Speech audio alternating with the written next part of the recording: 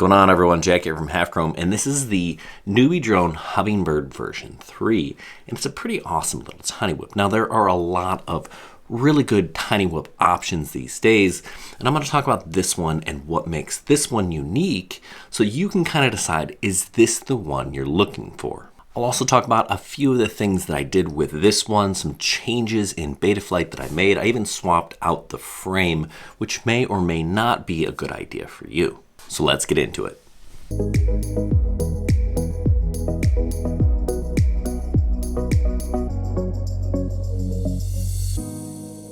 Okay, so let's talk specs on this guy. We've got 0802 25,000 kV motors, and it comes with these tri-blade AZ props. Pretty solid motor prop combo.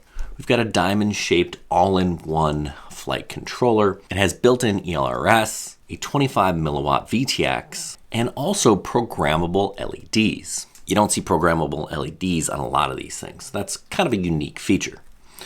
Everything is plug and play, so the motors are plug and play, so if you want to swap things out like this frame like I did, it's actually pretty darn easy. There are 4 bolts on the corners here. You take that off, pop the canopy off, pop the motors off, 3 motor screws per motor, and you can swap out the frame in less than 15 minutes. It took me about 10, and that's really just because, you know, these parts are so small, you really want to take your time. Really just need a good screwdriver, and I suggest one of these magnetic trays so you don't lose these tiny screws. Something that I find just a little bit easier is put the screw into that hole in the motor and then put the motor on top, and then don't tighten all the screws until all 3 are in, then tighten them down. Just makes things a little bit easier. Now, the original frame that comes with the Hummingbird version 3 is a tank. It is super seemingly indestructible. I've got a ton of crashes on this thing and no issues. But swapping to this light AF frame makes this thing a lot lighter. Now, it's about 3 grams of difference. You may be thinking, Jack, 3 grams, that's nothing. But when this whole setup is like 23 grams, that's more than 10% of the entire weight. Think about, you know, if you're a 200-pound man and you lost more than 20 pounds, that'd be a big deal, right? When quads are this small, every gram matters. Now, this light AF frame is a lot lighter, and it does make the drone a little bit more responsive. I really liked it flying indoors. I just felt a little bit more dialed in flying this thing around gates. But because it's a lighter frame, I did break it here. One thing that's awesome about NewBeeDrone is they warranty their frames inside of the United States. So if you break one, they'll replace it. Now, I did break this, but I'm not going to go through that warranty. You know, just like a little break like this, I'd add a little bit of welder or E6000 to this, and that'll be just fine. If you're flying tiny whoops, you need either welder or E6000.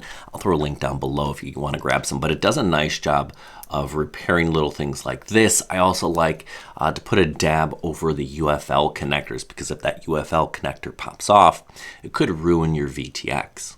So a couple of changes in Betaflight I recommend in the configuration tab under D-Shop beacon configuration. You want to turn both of those on so that if you crash your drone, you can set it to beep to help you find it, or if you get disconnected, it'll beep as well. Then you're going to go into the modes tab and put that on an aux switch. I put mine on aux 3, but whatever switch you have open, and you're just going to click add range to do that. I also suggest going into the CLI and turning on crash recovery, acro crash recovery, and that's super nice if you fly acro either indoors or out. But like I said, I fly angle inside, acro outside. When you bump into things, it just helps level the drone faster than you can. It's really difficult in acro, but this has saved me numerous times. The connector here is a PH 2.0, and that's not my favorite connector, but this one is gold-plated and pretty solid. We have solid pins, so that's going to be the best of the PH 2.0s. Now, I flew this with the NewBeeDrone Nitro Nectar 300 milliamp hour batteries. And these are kind of like the gold standard in tiny whoop stick batteries. They're really good. I did also try it on some G&B 350s and some R-Line 300s. And you can see these have these leads. So a little extra weight here on these batteries is not really necessary. But yeah, these 300s really good. I was getting flights of about 2 minutes and 30 seconds on this original frame, and I was definitely getting over 2 minutes and 30 seconds on the lighter AF frame. What do you think the AF stands for? As frank? As fun? Who knows? I ripped a ton of batteries on this thing, both inside and out, on both of these frames, and I really do like the original frame. It is super robust, so if you're a beginner, I would not recommend switching to this lighter frame. It's going to absorb those bumps and bruises a whole lot better, so beginners, stick with this guy. Especially indoors, right? I'm bouncing off walls, I'm bouncing off the ceiling, I'm bouncing off gates, I'm bouncing off tables and chairs and things like that. Keep this more robust frame on until you're pretty dialed in with this drone. And that does perform pretty well outside as well. When I fly indoors, I fly in angle mode. I just find that the easiest way to do things. And then when I get outside, that's when I throw it into acro. Now it has air mode built into it, so air mode, acro mode, whatever you want to call it, rate mode, a lot of fun, and it's surprisingly well able to do some freestyle. No, this is not like a 5-inch drone, but it does pull out of dives. You can do flips and rolls and things like that.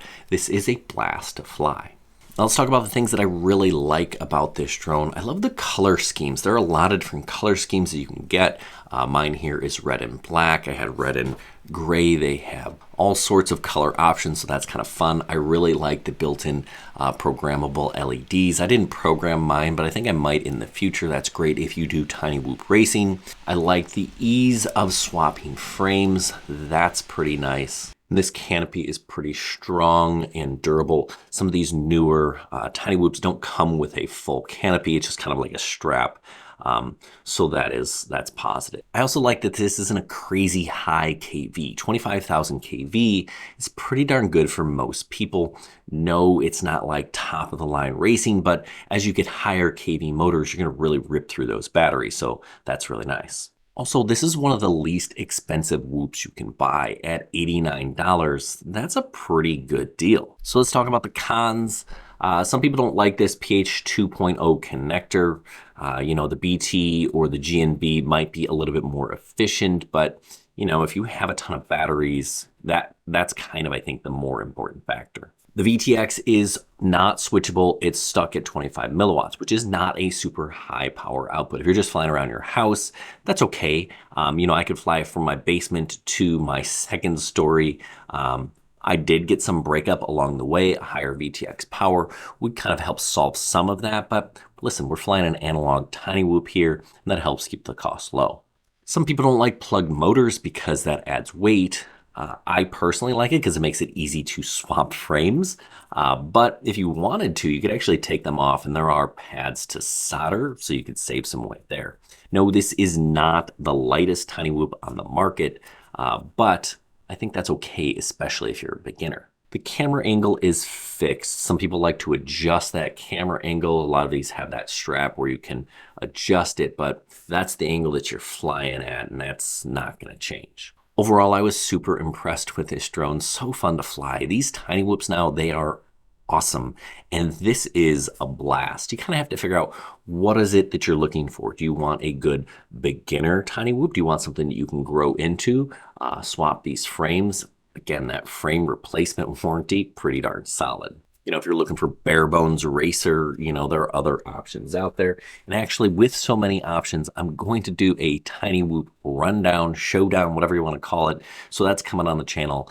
So if you haven't subscribed, make sure you do so you don't miss it. Anyway, I hope this was helpful. If it was, give us a thumbs up. If you're not subscribed, we'd love to have you back. So hit that button so you don't miss our videos. Hey, good luck, everyone, and happy flying.